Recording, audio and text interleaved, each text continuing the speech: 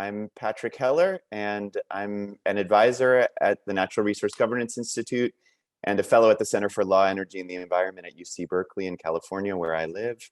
And welcome to all of you to this discussion of our new report, Risky Bet: National Oil Companies in the Energy Transition. It's fantastic to see so many people excited and interested in this discussion.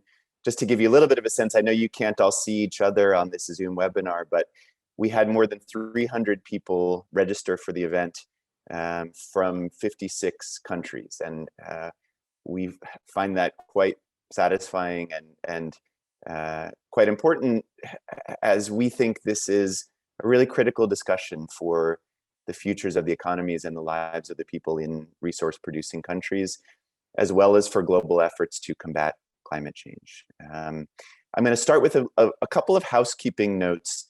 One is just to note that this is a public event. It's being recorded, it's being streamed to social media, and we welcome all of your comments and participation. If you do want to ask a question during the event, please post any questions in the Q&A box if you have a question for the panelists. If you have interesting links that you want to share or ideas, or if you just want to introduce yourself so that others on the call know who else is out there, that you can post into the chat box. We also encourage all of you to post anything that you find interesting on social media.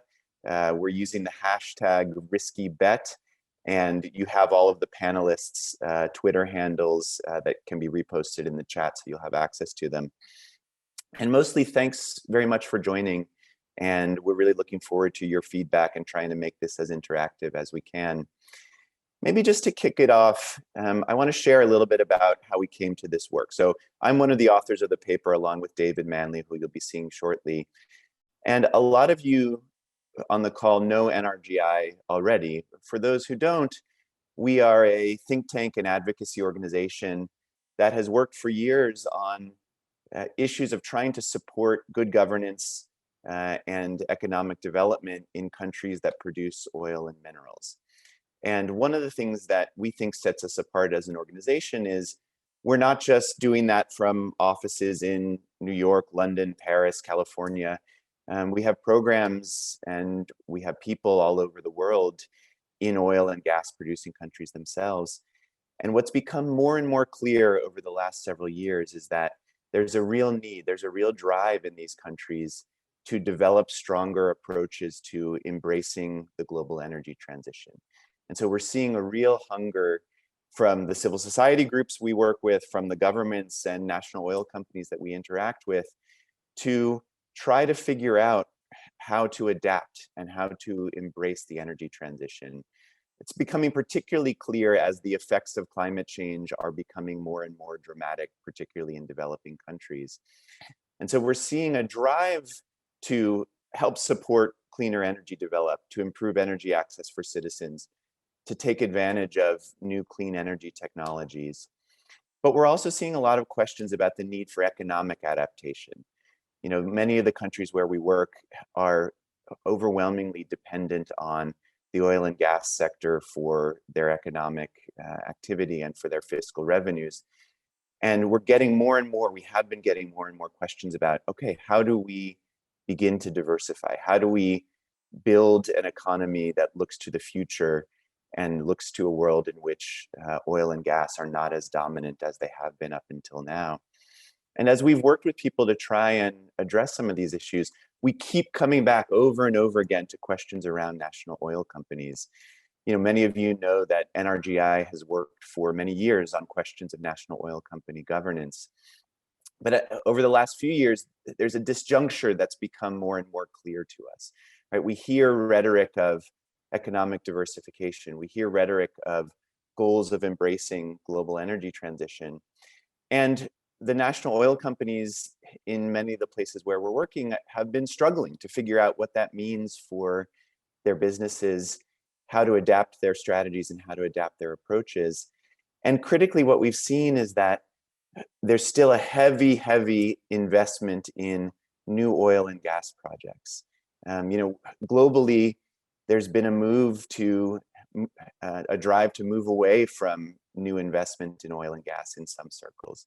IOCs, investors, they're reassessing their portfolios, partially driven by the global push to decarbonize, and partially driven by a new assessment of the uncertainties and the economic risks that they face by investing in new fossil fuel assets. And we wanted to start a conversation or support the growth of a conversation around how national oil companies and their governments can address and adapt to some of these challenges. So that's what led to this paper. We wanted to look at what the economic risks are if governments and NOCs continue what has been the dominant practice, taking oil money today and reinvesting significant shares of that money back into the sector, back into new projects. So that's what led to this research that we've done, is a desire to see, okay, what are the risks if national oil companies continue to spend today's oil revenues on future oil projects? What are the uncertainties, and how do governments and NOCs start to adapt their approaches and their plans? And I think the overarching message that we wanted to convey with this piece is, this is a choice. There are practices that have existed for decades in the oil industry, and that's been based around a logic of investing today so as to be able to benefit from the sector in the future. Now, with tremendous uncertainty around the climate, with tremendous uncertainty around how quickly the world will move away from oil and gas, and therefore how valuable these resources may or may not be in the future, we think it's important for national oil companies and their governments to start examining the choices that they're making in a lot more conscious way. And that's what we tried to do with this research. So I'm excited to talk with all of you about it over the course of the next hour plus. And I'm particularly excited that we have such a fantastic group of speakers and panelists who are here with us to help take us through this discussion. After you're done hearing from me, I'm going to turn it over to David Manley, the other co-author of this report, who will be presenting the main findings. David's a senior economic analyst here at NRGI, and his focus is on supporting resource-rich economies in the energy transition and helping devise policy approaches that enable them to build for the future. David has provided technical assistance on tax policies in a large number of countries, ranging from Myanmar, Kyrgyzstan to Tanzania. And before joining NRGI, David was an Overseas Development Institute fellow and a senior economist working with the Zambia Revenue Authority in Zambia. From there, we'll turn it to our next panelist, Dr. Lourdes Melgar. Lourdes is a fellow at the Baker Institute Center for Energy and a research affiliate at MIT. She's also, we're very fortunate to have Lourdes as a board member of NRGI, and she's also a board member of Voz Experta, an organization that promotes the visibility of women experts in the energy sector. And in her previous role, Lourdes served as Mexico's Deputy Secretary for Energy, focusing on the hydrocarbon sector, and was a board member of Pemex, the Mexican national oil company. So she comes to this discussion with a rich experience working on these policy questions in a very direct way. From there, we'll turn it to Dr. Mohammed Amin Adam. Dr. Adam is a member of Ghana's parliament, representing the Karaga district, and he's a former deputy minister of energy for Ghana, where he also focused on the petroleum sector. Prior to his role in government, Dr. Adam was the founder and executive director of the Africa Center for Energy Policy, and he comes with a rich experience both inside and outside of government.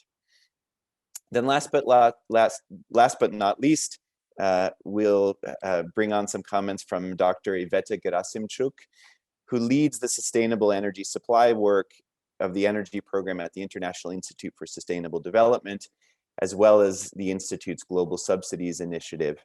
Ivetta's work focuses on strategies for implementing challenging energy reforms, mobilizing finance for renewable energy, climate change mitigation and adaptation, and sustainable international investment flows. And very pertinent to this discussion, she also has led the development of the Energy Policy Tracker, which measures the pledges of more than 30 governments and major economies for how they're going to invest their money in the post-COVID recovery packages. So we have a rich discussion from lots of different perspectives. I'm going to turn it over now to David to really get us into the meat of our findings. And thanks very much, and looking forward to the discussion. Thanks very much, Patrick, and hello, everyone. So why are we here? Well, rather than just spending an hour and a half that you might find interesting, national oil companies are important.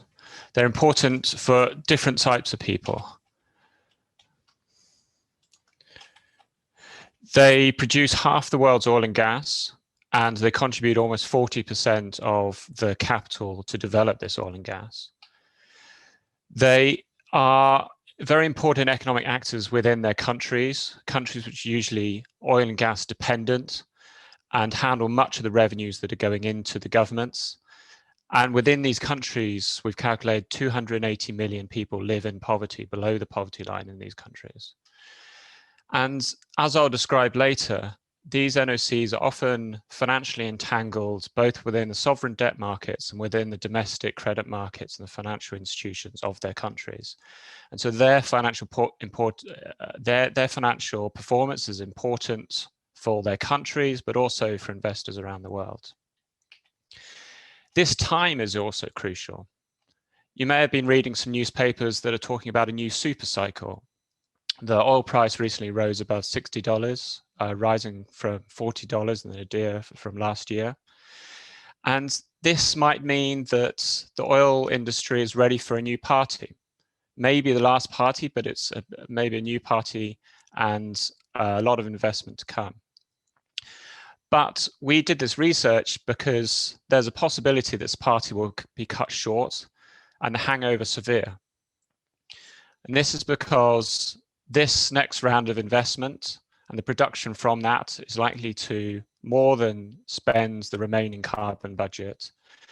And the advancing energy transition is quite likely to reduce prices enough to make a lot of these investments go bust. So we want to do some research on this and look more into the details. And so the essence of the report is this. We saw two visions of the future. One is where the climate is managed and global temperatures don't rise more than 2 degrees. So in keeping with the Paris Climate Agreement, or at least the top end of the target.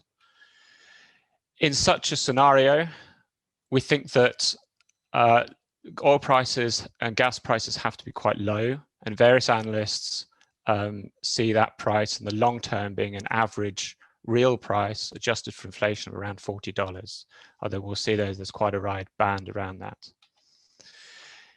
In this scenario, out of $1.9 trillion of NOC investments, $400 billion of this will fail to break even. So this is either low profits or actually losing money. And this means for the governments of the countries, there are less funds to diversify the economy and less funds to adapt to a changing climate. Then there's an alternative vision of the future, one of climate breakdown. This is where global temperatures rise far above 2 degrees. Some analysts are thinking 4 degrees or more, a truly catastrophic future. In this future, oil and gas prices are much higher, maybe around $60 to $70 a barrel. And in this future, all of the NOC's investment that we've measured breaks even. But still, this means the governments need funds to diversify and to adapt. And so our report looks at what's the consequences of each of these futures and what should NOCs and their governments take away from this. So the remaining time, I'm going to look at the method, then some of the results, and discuss a little about the policies that come out of this. So our method, we took all investments in oil and gas shown in the Rystad Energy UQ database, expected over the next decade. We take the NOC's share of this capital expenditure that will be developed for each project. And we take the break-even price, the post-tax break-even price per dollar of oil equivalent. So treating both oil and gas the same. And we're using a 10% discount rate. We're then applying various price scenarios to these investments, assuming that the industry invests either by $55, $60, or $70 a barrel, and then comparing how much they lose if the actual price turns out to be $40 a barrel, this climate managed scenario. And then we put all this together to find the total capex, the total capital that would break even under the different scenarios. We collected various measures or forecasts of long-term oil prices over the next 20, 30, or 40 years, adjusted for inflation. And the ones here in orange are those that analysts and particularly international oil companies are projecting the future as a business as usual scenario. So the IOCs, and particularly there as of June 2020, on average are forecasting $62 a barrel. The lowest of the IOCs is BP, which thinks the long-term price will be $55 a barrel. Then on the blue side are those that are broadly or close to being consistent with the Paris Agreement, with that climate managed scenario. Going from 50 from the Van Meers Energy Consultancy to ones calculated via IEA by Carbon Tracker and by Wood Mackenzie. So what are the results? Well, here are a range of all the break-even prices of all the projects that NOCs will be investing in or could be investing in over the next decade. On the bottom here is the break-even price, and each of the boxes with the legend shown there show the quartiles and the percentiles and the mean break-even price weighted by the share of capex. And so, for example, there's Saudi Arabia, average very low costs as we might expect. Pemex, somewhere in the middle, their mean break-even price is quite close to our $40 benchmark. GNPC from Ghana, much closer, and there's a larger proportion of their projects over that benchmark. And then most worryingly are those top five: Staatsolie from Suriname, and SHS from Cameroon, Pertamina, PDVSA, and Ecopetrol. Much higher costs, and a large proportion of their projects would not break even if the long-term price is $40. So we can put all that capital together and we come up with the $1.9 trillion. Now, much of that $1.9 trillion has very low costs. Their break-even price is below $30. So even within a climate managed scenario, these are likely to break even. But as we progress, they become increasingly costly and risky. And so within that box, there's almost $1 trillion worth of capex, and the top 400 billion has break-even price above $40. So within a climate breakdown scenario, these projects wouldn't break even. But different NOCs have different results. Saudi Aramco looks quite safe. They're looking to invest almost $250 billion, but almost all of that in is very low cost projects. It's hardly anything above that. Nigeria looks a lot different. They're investing a lot less compared to Saudi Arabia, obviously, but only $9 billion theirs is in relatively safe assets. A large proportion is in quite high cost projects. And if NNPC, Nigeria's NOC, wants to maintain its production, it'll be forced to invest in these much higher cost assets, and they'll be forced to face much higher risks. But we're most worried not about the NOCs themselves, but about the countries and the governments, and behind them, the people. The 280 million people are living below the poverty line. So a large part of our report is looking at comparing the high risk investments that NOCs are making and compare it to how much countries can bear. Can they bear the losses that NOCs might make?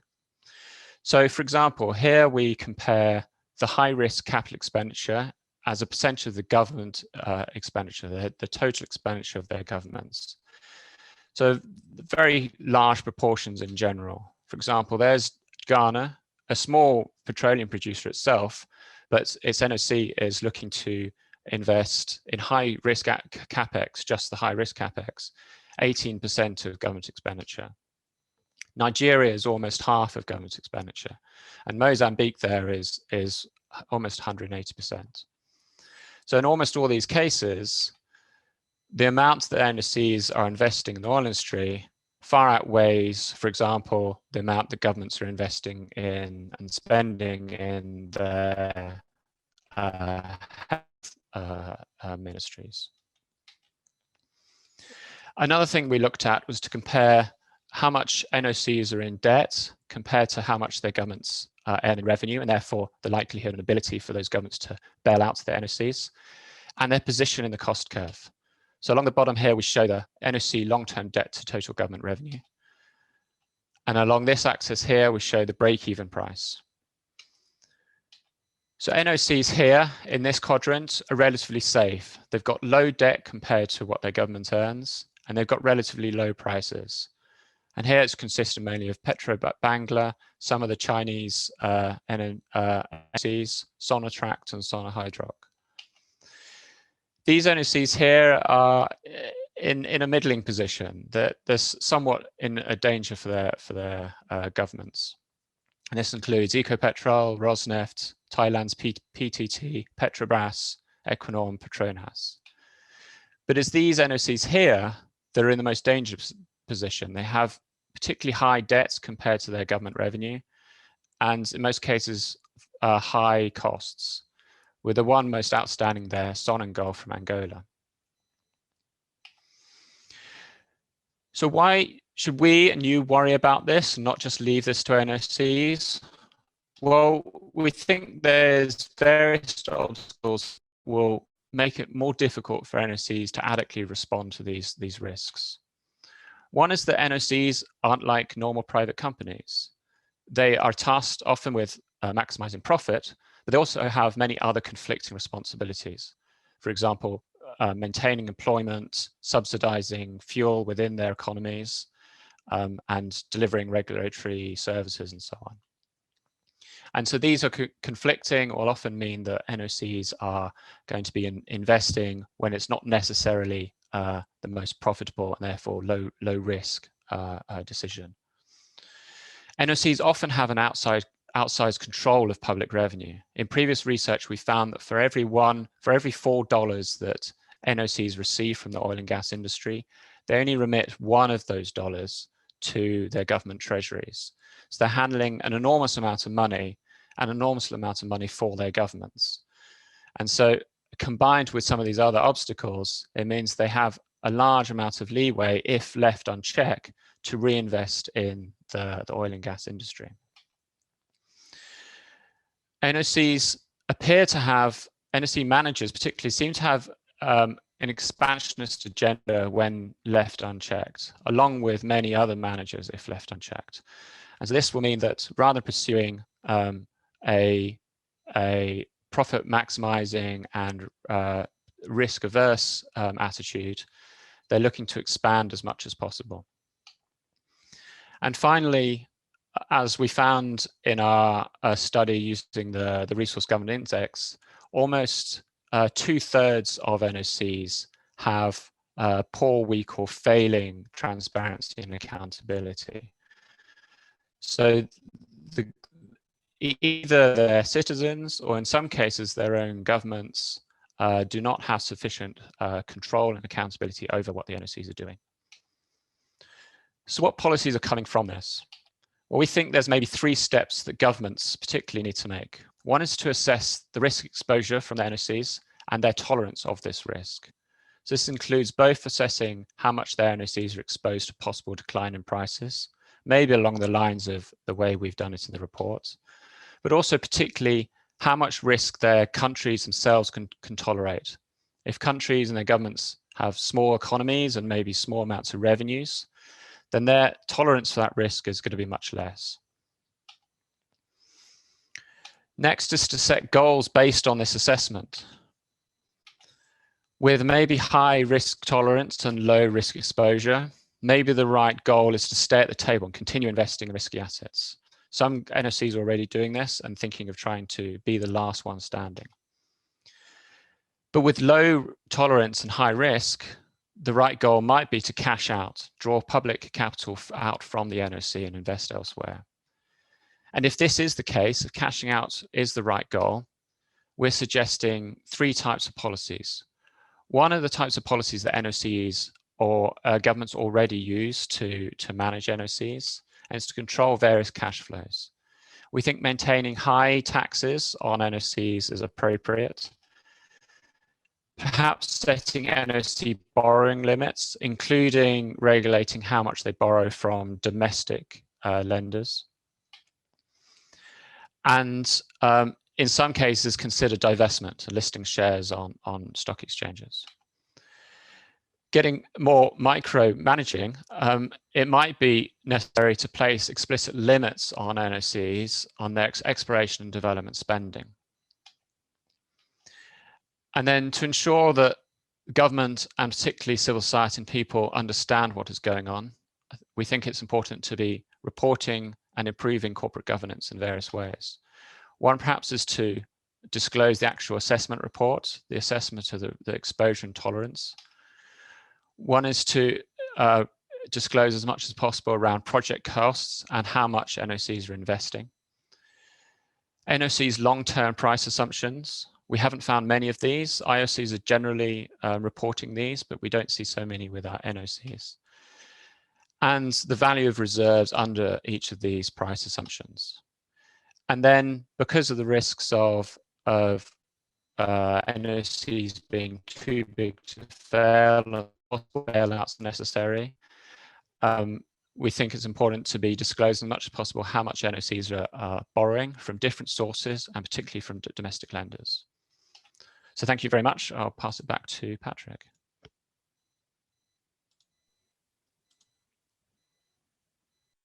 Thanks very much, David. Much appreciated. So now we're going to turn it over to some reactions from our other panelists. Lourdes, I'd like to bring you in first, if we can. If you can switch on your camera, if it works. Fantastic. So you have really deep, direct experience working with the government and with the major NOC as it adapts its strategy and plans for investments. I'm interested in your take overall on these findings, and in particular, as the world makes a dramatic push to transition away from fossil fuels, what do you think are the implications for how governments and NOCs think about their investments in the future and think about their strategies? Good day, everyone. First of all, I would like to congratulate both David Manley and Patrick Heller for this document. I think it's a really important contribution to the discussion of the transition from fossil fuels to a more sustainable world. And certainly the challenge that you are tackling is very significant. I was listening with very detail to the final recommendations that David presented, and I was struck at how logical they sound, but yet how difficult it is for governments to follow them. And I think we can discuss it further later on, but Mexico is a case in point, because we started moving in that direction, and now we're seeing a very serious backlash. And I think part of the element that needs to be brought into the conversation is the fact that we have, I would say, three different types of oil-producing countries.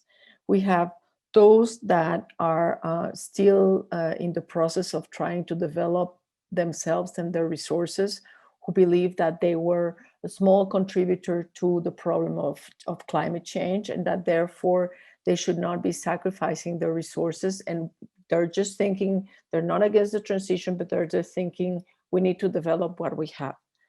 Then we have those countries that have based their development on the production and particularly the export of their oil resources.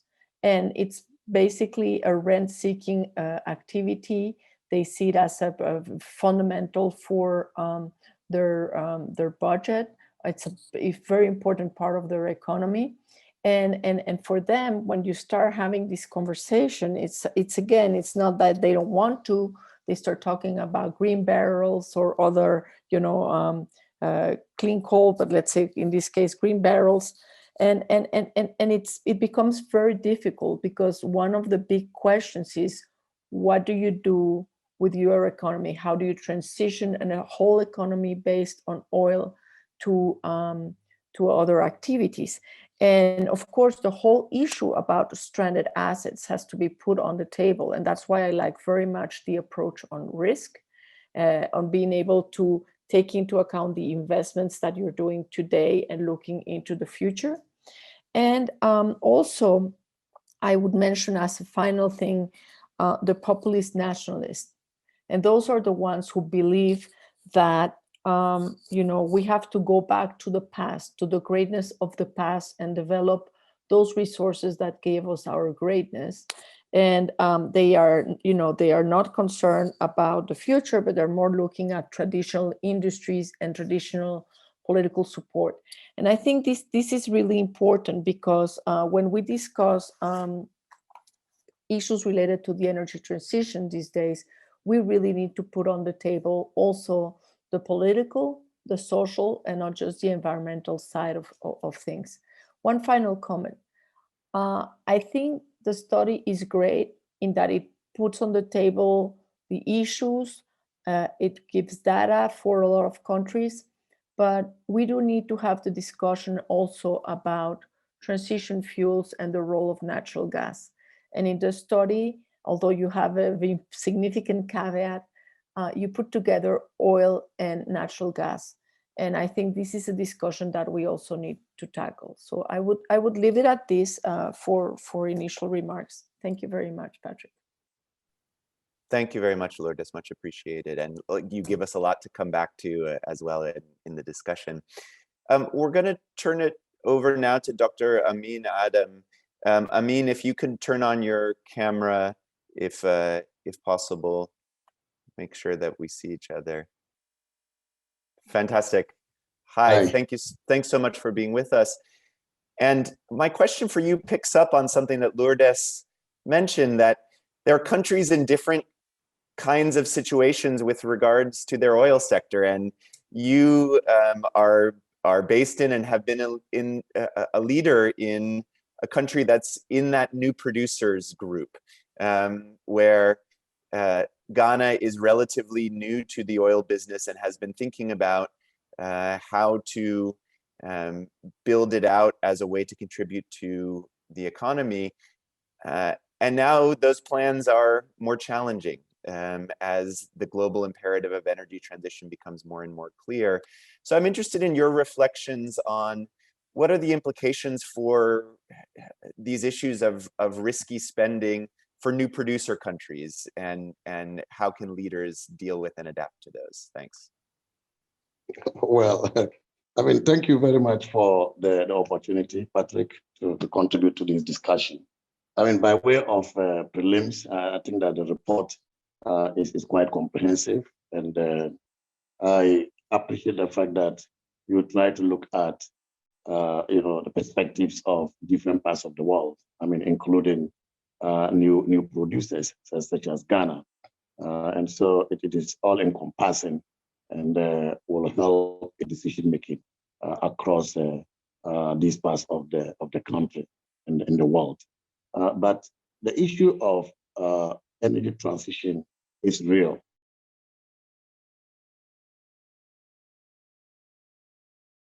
I mean, we cannot run away from this, continue to be conservative about climate change. I mean, we think that it will happen, but may not happen now.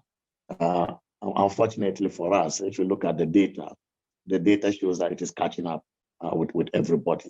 I've looked at data from the EIA that estimates that global renewable energy consumption between 2018 and 2015 will grow by 3.1% against 0.6% per year for oil, petroleum, and other fuels, and then also by 0.4% per year for coal, and by 1.1% per year for natural gas. And this means that the world is certainly moving towards cleaner energies, and so Africa will never be able to escape this the fallout from this transition. I've also noticed that your report has been corroborated by other reports. For example, the carbon tracker, finds that some producing countries, oil-producing countries, could lose at least 40% of total government revenue by 2040. Total revenue loss for all oil-producing countries by 2040 will be $13 trillion in 2020 dollars. And so the findings by your report, if we achieve the Paris climate target, will certainly be real, and countries are going to be devastated by the effect in terms of the revenues that they expect from the investments they are making today. And so whether we like it or not, such investments must be scrutinized and analyzed from a risk perspective. And so we have to do that as new producers as well, in spite of our conservative approach towards the energy transition and climate change generally. But you are asking about the implications for producer countries like Ghana. We remain upbeat. Ghana remains upbeat, and other new producers, I believe, remain upbeat about the potential to transform our economies through oil and gas revenue. And because of that, there is this belief that we should continue to produce more, to discover more, and to produce more, so that we can get more revenue to transform our economy, other sectors of the economy, to build new industries, to build new markets. There are a number of factors that have to be looked at if we have to analyze the investment decisions of NOCs in new producer countries. One of these is that we still have significant unexplored resource base. And the only way to bring these resources out is to invest more.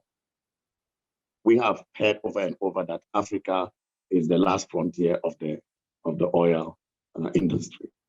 And therefore, for new producing countries that are in Africa, they see this as an opportunity to explore and bring out the large, significant potential that has not been explored yet. And we see this as a development opportunity. Number two is the belief that we can benefit more from discovering and producing more oil and gas before the Paris effect takes full control of the industry. So that before the value of oil runs out, we should have been able to capture as much value if we discover and produce more today.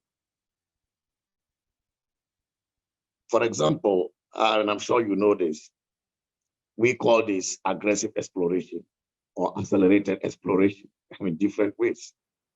And Ghana, for example, had to relax our petroleum law to allow for maximization of production in producing areas.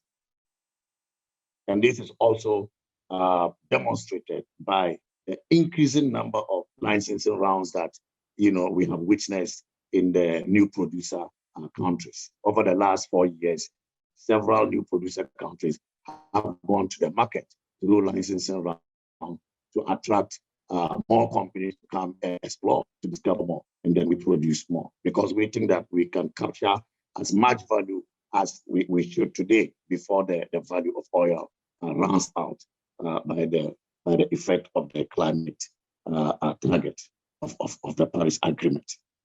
We also have the contention that the risk doesn't affect new producers much. The risk of investment, it affects more with investors who bring in mostly private capital or foreign capital, because the participation by new producer government and their NOCs low. I mean, the commercial participation is quite low, usually between 1 to 5%. And there is usually a risk mitigation measure associated with this decision. And this is why most countries that participate commercially will trigger their participation when there is commercial discovery. And so you will notice that even though there is a risk mitigation measure against the participation, commercial participation, the risk is more to do with underwriting the geological risk and not commercial risk. Because we know that the geological risk is very high. And therefore, if you invest upfront and then you find a dry hole, then you have lost that money. And so we would usually trigger our participation only when commercial discovery is made. And so we are quite aware of the risks that we face. And this is why our participation is low. Most of us also participate through free carried interest. Free carried interest carried through exploration and development. And so, yes, there are implications for us as new producer countries, but there is this conservative approach that we continue to give to the Paris agreement in view of the fact that it introduces more uncertainty into the oil and gas industry. And the industry, as you know, has been shaped increasingly for a long time by uncertainty. When will we achieve that target? We don't know. And that is what is driving more new producer countries to want to produce more, because they think that they can get more value before we achieve that Paris climate target. Great. Thank you so much. I mean, much appreciated, and very practical approach to a very complex set of questions. I'm going to turn it next over to Ivetta. And Ivetta, you've been very deeply involved in efforts to push for a major global decline in new oil and gas production, and in particular, in a drive to reduce public subsidies to fossil fuel development. So I'm interested in bringing some of that perspective to bear in this discussion. How do the estimates of future spending by NOCs fit into these efforts? And is there something that advocates can do to better address the actions of NOCs in global climate efforts? Thank you, Patrick. And also, I'd like first to join everyone in the audience and on the panel who has congratulated you and David for the wonderful research. It's an extremely well-argued paper and extremely relevant, of course. So for the overall framing, I just want to say that NOCs are extremely important players, but they are within, unfortunately, the overall trends that we have observed from governments and also from international oil companies in the mood of drill baby drill, so just expanding oil and gas production. So we know from research, and I'll try to multitask and post a link into the chat box. We know from the research in the production gap report that to meet the 1.5 target, 1.5 degrees target, the world will need to decrease fossil fuel production roughly by 6% every year between now and 2030. And in fact, governments are planning to increase production by 2% over the same period. So unfortunately, NOCs are just part of the same trend. And what you're asking about government support, bailouts that you mentioned in the report, are part of this short-term, very myopic thinking. So we also looked at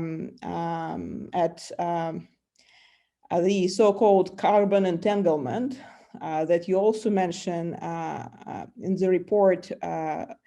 defined as dependence of governments on revenues from the oil and gas sector and their willingness to give back to the industry, which creates, so to speak, a race to the bottom.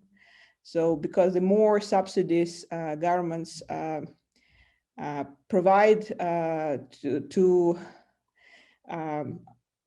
the industry overall, not just NOCs, but the overall industry, kind of the more they expect to get back. But if we're entering the new cycle of low oil prices, probably that's not going to happen. And this realization probably hasn't come yet fully. Another set of numbers is that we looked at the SOE investment, in particular in the oil and gas sector. So you can assume it's national oil and gas companies in the G20 countries. And we found that on average per year recently, this was about $200 billion. Of course, that it excludes still a lot of countries in the world because they are not part of the G20. And in terms of subsidies, direct transfers from the budget and tax expenditures for oil and gas exploration over the same period amounted roughly $27 billion US dollars per year. And in addition, there is also public finance for oil and gas exploration provided by the same governments, and it's around $34 billion per year. So like there is give and take relationship, and unfortunately it leaves countries, governments, and taxpayers, citizens without revenue from what is expected to be a rent-generating industry. So the point I'd like to make that the oil price collapse in 2020 was a little bit kind of a rehearsal of what can happen if oil prices become permanently low. In a final multitasking effort, I'm going to share the link from the energy policy tracker that you kindly mentioned at the introduction. So you can search different policies we track there by different criteria. So it's a very conservative now kind of table showing what we've seen in terms of government support to upstream oil and gas. And it includes, of course, again, the fiscal stimulus to Pemex that you mentioned in the report, but also certain other measures.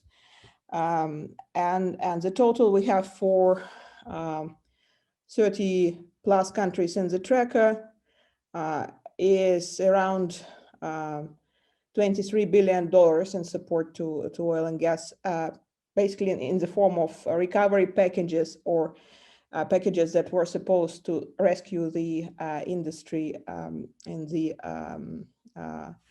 oil price collapse. So unfortunately, that's how governments react at the moment. I can also mention, in particular, for instance, there was a bailout in Indonesia of Pertamina of around $2.6 billion.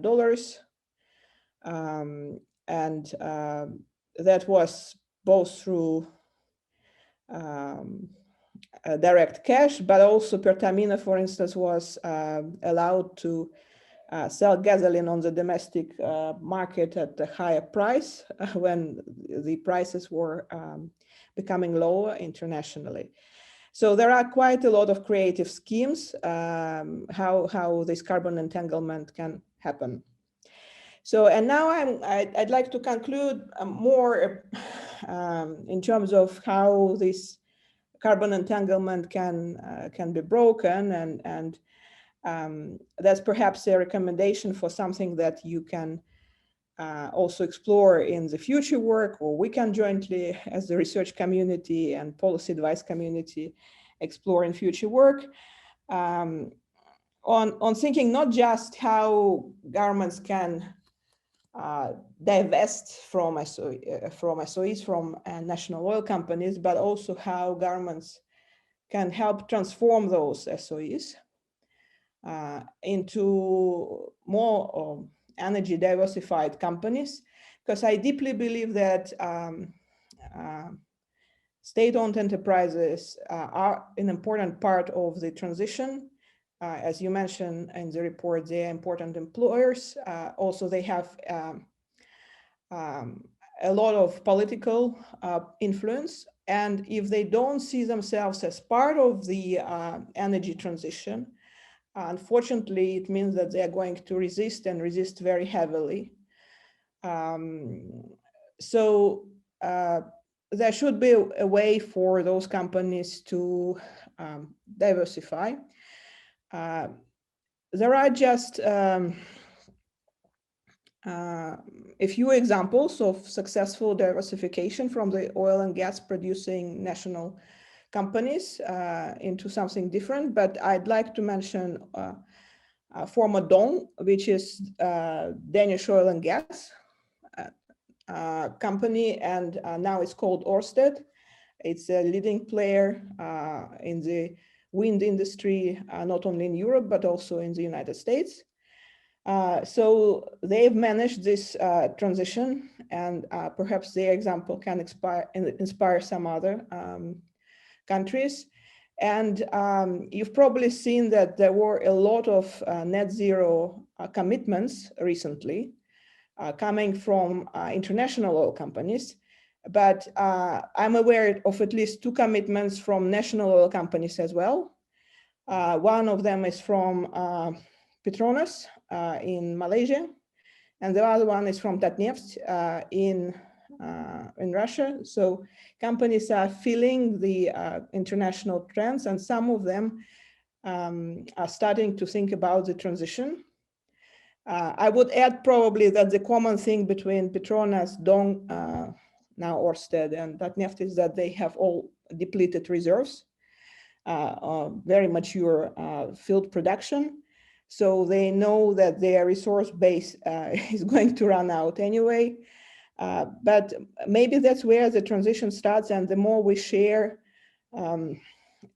experiences of such transitions, the less it will scare other countries and other national oil companies. So that's my attempt to finish on a more positive note. And thank you very much for the opportunity to share my thoughts. Thank you so much, Ivetta, and kudos on your multitasking. I could never do it as skillfully as you do in these meetings. And I think the last point you raised, I think, is a really important one, and something that one of the questions in the Q&A pointed to, which is NOCs are not the same as IOCs. They have a broader set of mandates and a broader set of contributions that they make to their national economies and political systems. And it's exactly one of the things that we want to encourage with this work, is not saying there's not a role for NOCs in the future, but thinking about and encouraging a real conscious discussion of the importance of re-examining what the national oil company's role can be in a future economy. And in particular, thinking about the economic risk associated with certain kinds of investments, and whether some of the NOC's energy and focus can be reoriented in a future-looking way. So thank you very much for making those connections. We're going to open it up, and I'm going to try to steer some of the really excellent questions that have been coming in from the Q&A to the panelists. Just as we do that, I want to give the floor just for one moment to Andrew Grant from our friends at Carbon Tracker. Amin mentioned the Beyond Petrostates report that Carbon Tracker just came out with, and I think it's a really valuable resource and it connects very closely to these discussions. And so, Andrew, I want to give you the floor just for a minute, just to kind of give a sneak peek of that report and tell people how to find it. Thanks. Well, firstly, Okay, you can't see my picture, but I don't think I can change We that. won't be able to see you, but we can Okay. hear you. Yeah. All right, not to worry. Well, that's the main thing. Well, firstly, thanks very much, David and Patrick, for inviting me to come on and give a quick overview of our new report, Beyond Petrostates. Although, as you mentioned, I think Amin's already given the highlights. And thanks very much for the kind invitation to come along and participate in this webinar on your fantastic report. So just to give some a very quick overview of the new work. So what it does is we look at what happens to government revenues over the course of the transition. So it's already been mentioned on this call, of course, the trade-offs that a lot of producer countries are going to face over the course of the next few decades. Overall, climate change, acting on climate change benefits all, and it's been well shown that the benefits far outweigh the costs. And of course, the physical impacts of climate change tend to fall disproportionately on the poor, plus all the other benefits of the change to clean energy, for example, cleaner air, less air pollution, and also having access to more secure, cheaper forms of energy. But for producers where there's a very material amount of involvement of the extractive sector within their economies, then clearly it's not entirely a one-way street, and there are trade-offs that need to be made. Now, some of these countries have large populations, low development indicators, are already fairly poor quite often. And we need to think about this, of course. Now, that might be domestic governments, might also probably include also international support. So the way that we approach this in the report is that we quantify, firstly, the impact on each producer country's government revenue, and that's both through direct taxes, other taxes, and their share of national oil company cash flows. So the impact on each producer country's government revenue of lower demand and prices throughout the transition. So that's the first part. And secondly, each country's fiscal dependence on fossil fuels. So you have the scale of the impact and also which countries are the most reliant on fossil fuels. Put those together, you find out which countries are most vulnerable then to shifts in market dynamics. So that then can then tell you which countries have faced the most pressing challenge and where efforts should be focused. Now, to do this, similar to the work that we're discussing today, we use a market-driven least cost framework. We use that to estimate where supply goes ahead, supply of oil and gas, under low carbon conditions. So it's not assuming any top-down allocation or sacrifice or anything like that, but we're purely looking at how the market might shake out as demand falls. The mechanism is, of course, that lower demand feeds through to lower prices and lower volumes. Put these two together, lower volumes and lower prices, these both combine to give you lower government revenues. Actually, of those two impacts, it's by far price that is the most significant, more than volumes. We model government revenues as halving from the levels over the last 5 years, which is already part of in a bit of a downturn. The global drop in government revenues we model as being around about 13 trillion in today's dollars, or about half. About 51% of reduction in government oil and gas revenues. And for the 40 most affected countries, those that have the greatest reliance on fossil fuels in their GDP, the reduction is about 9 trillion. You can then look at those in tiers of vulnerability to try and understand which countries are worst affected. Over 400 million people live in the 19 worst affected countries, and that's countries with total government revenue dropping by at least 20%. So clearly illustrating the humanitarian issues that potentially there to be dealt with. So I'll wrap up quickly just by saying, okay, well, it's clearly there's a big challenge ahead, but there are things that countries can do, and we look at differential financial flexibility between those different countries. So, for example, their ability to access debt markets and sovereign wealth funds. Flexibility is, of course, a much wider concept than that, but there's already a lot of good literature out on this, for example, thinking about the work of the World Bank, for example. And also in the document, we review policy options for domestic and overseas governments to help cushion that impact.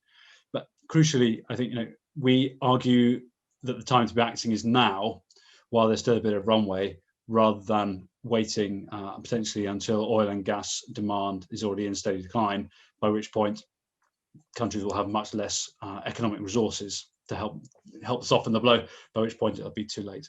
So thanks again for the very kind invitation from NRGI to come over and give a brief trailer of the report, and also for Ivetta for providing the link in the chat. I'll pass back to you. Thanks again. Thanks very much, Andrew. And yeah, I encourage any of you on this call to reach out to Carbon Tracker with additional questions. And yeah, there is a lot of interconnectivity between these two pieces of analysis.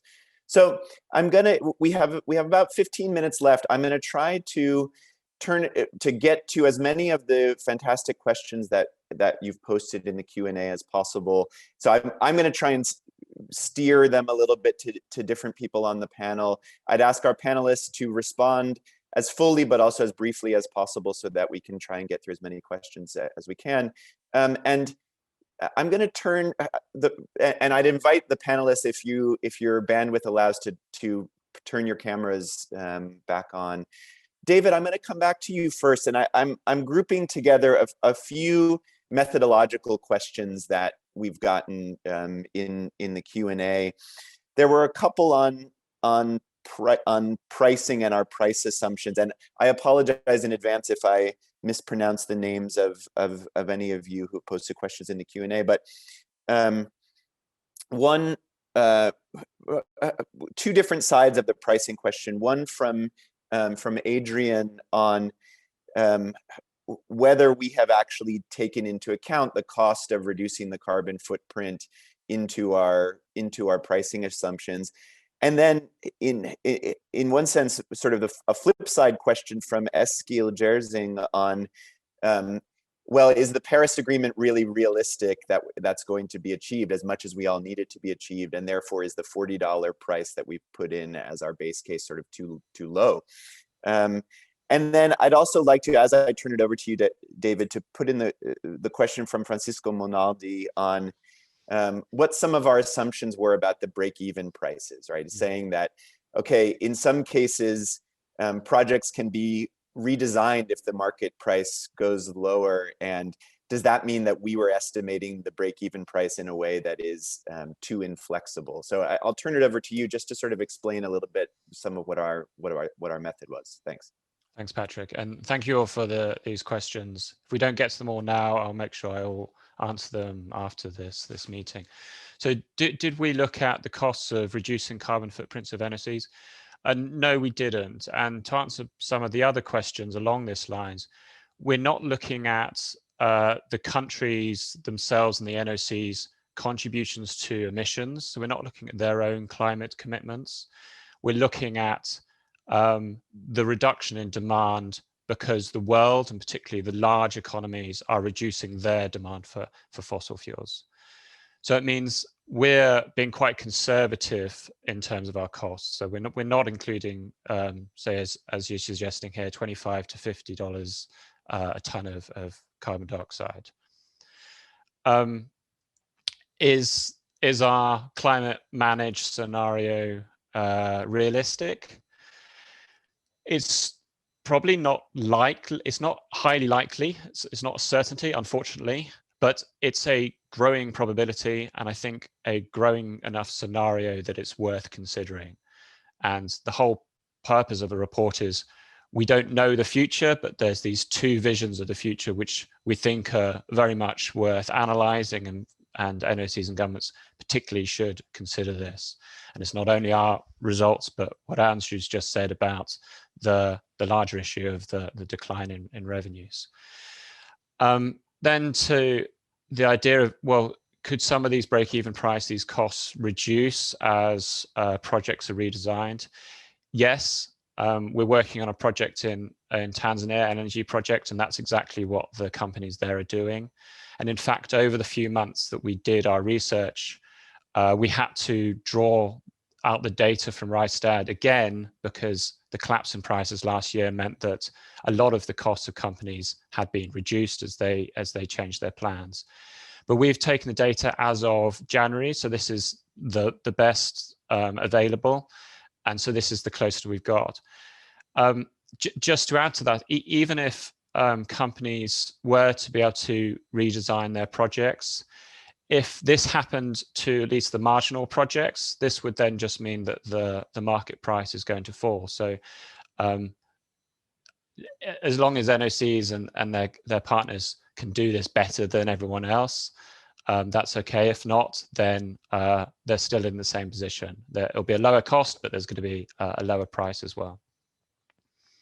That's it. Thank you. Great, thanks. And just one thing to add on that last point is there's going to be, we think, a temptation or calls for governments to reduce the fiscal burden on their NOCs over time, right? If we do see a rapid long-term structural decline. And one of the things that we want to encourage people to think about is what the goals could be of such a drive, right? We're already seeing governments bailing out their NOCs. We're already seeing NOCs in lots of the world saying, if you want us to continue as we have been continuing, or as we have been operating, we need to transfer less in the way of taxes and dividends to our governments.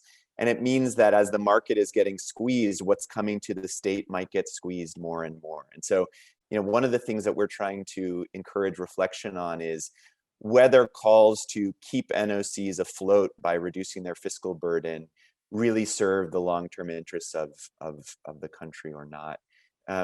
Lourdes, I want to come to you next, and the question that I wanted to steer in your direction is the one from Aniz Azuni.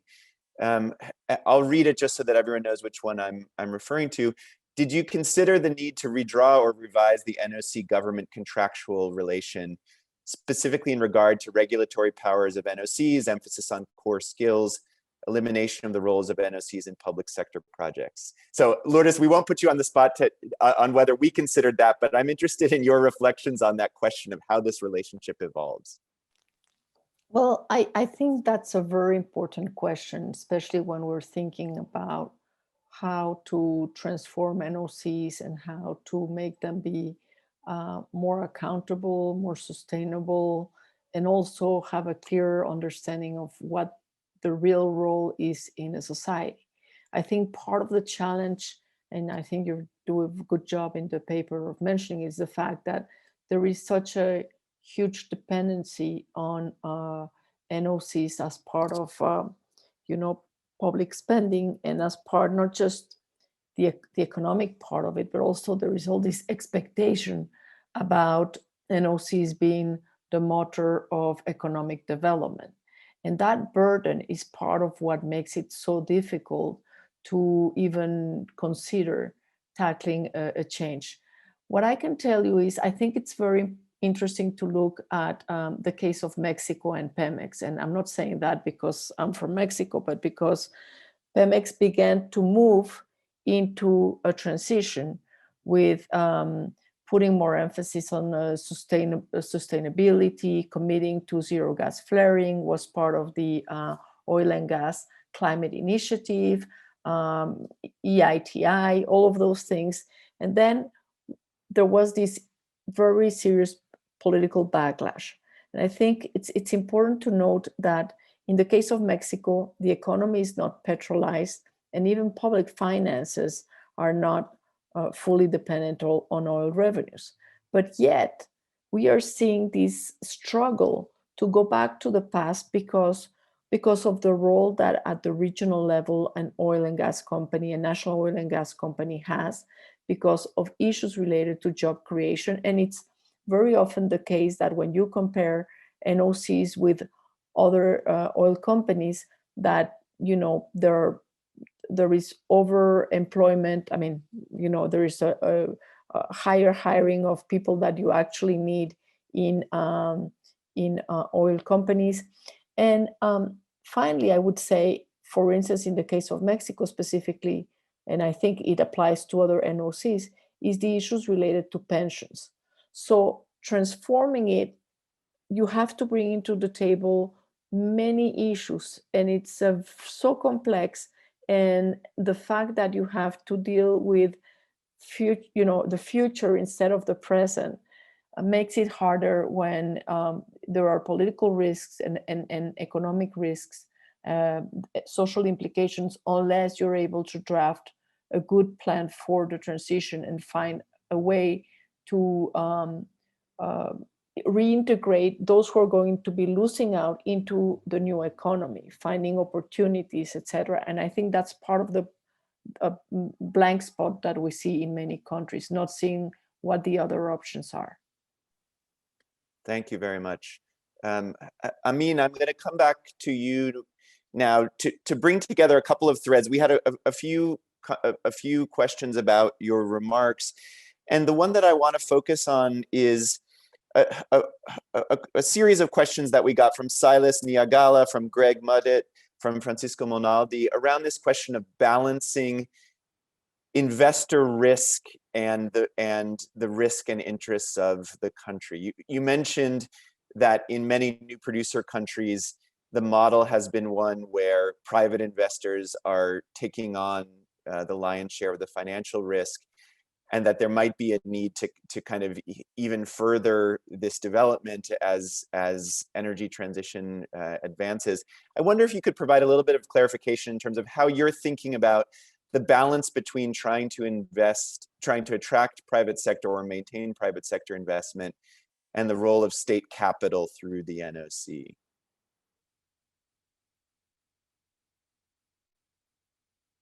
Do we have you, Amin?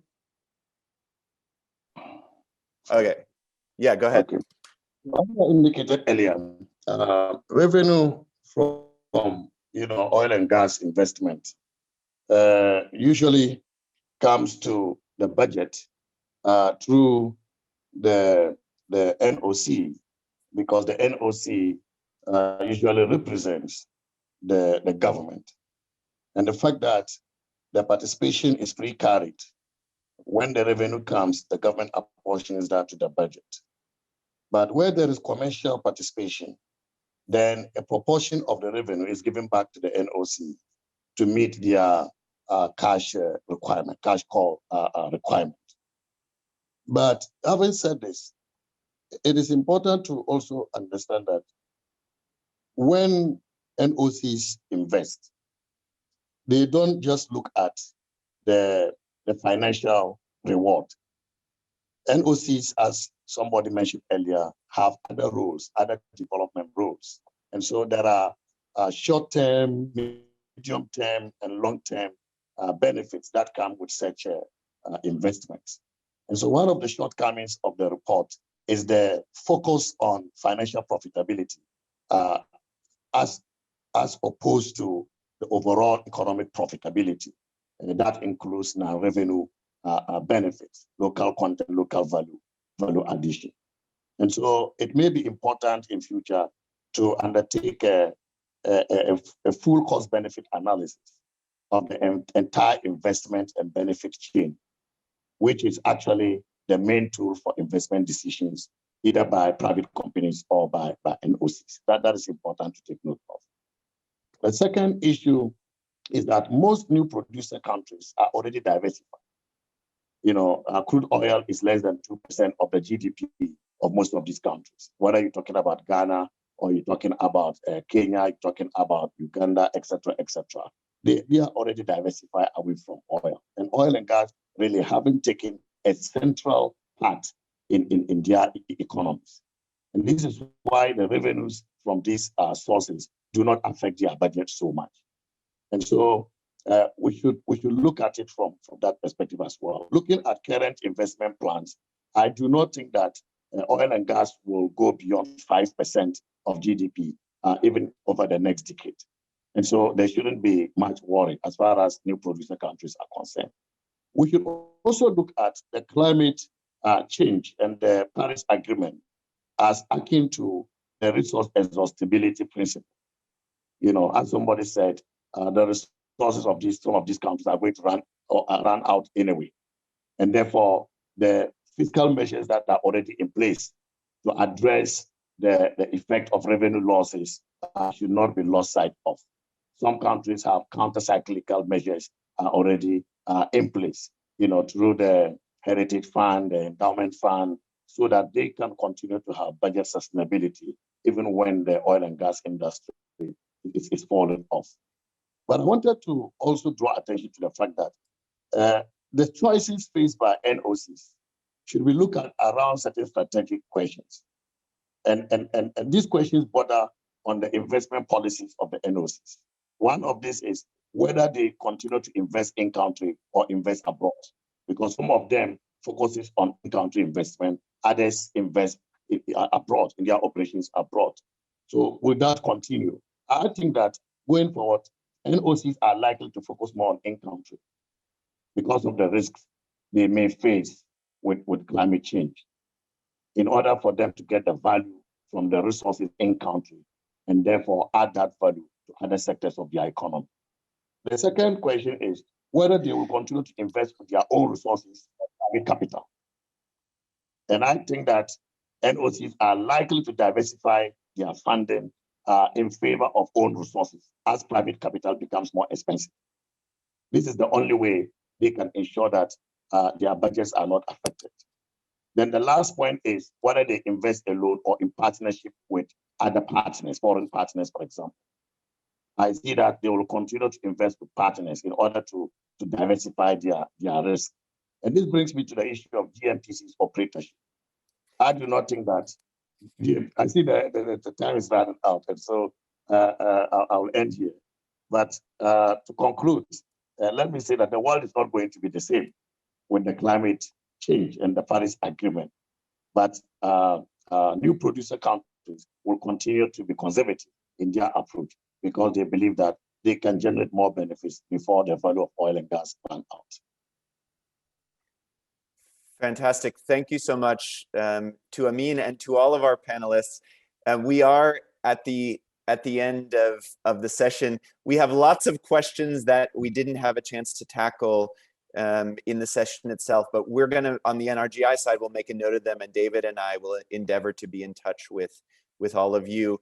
I want to leave you with really one sort of final thought, which is, the kind of question that I want to leave all of you with, and it connects to something that Amin just said at the end, which is, I think it's important to assess, and this is what we really are trying to do with this paper. It's important to assess whether this is a time for conservatism or a time for ambition when it comes in particular to state capital in the upstream. And that's what we really wanted to do with this report, is to spark a conversation in all of these countries where NOCs are playing different roles already, to spark a conversation about whether the model of putting public capital at risk needs revisiting and re-examination. And what I would say is that I think it's time, as we balance all of these concerns, countries' own climate commitments, the global need to transition away from fossil fuels, with the very serious and very important economic goals that producer countries have. It's time, above all, to be very conscious about these decisions and to start to re-examine a little bit what the roles of NOCs are today and what they'll be in the future. And so with that, I'd like to thank our panelists first and foremost for taking the time to be with us and to share all of these fantastic insights. And I'd like to thank all of you who have joined the session for being with us. You see David's and my email addresses on your screen. Please get in touch to share ideas, brainstorming, concerns, questions. And we're going to pick this up and try and continue this discussion in the months to come. And so we'll be back in touch with all of you to think about ways in which we can continue to engage around these topics. So with that, I'd like to say thank you and have a fantastic rest of your day and evening. All the best.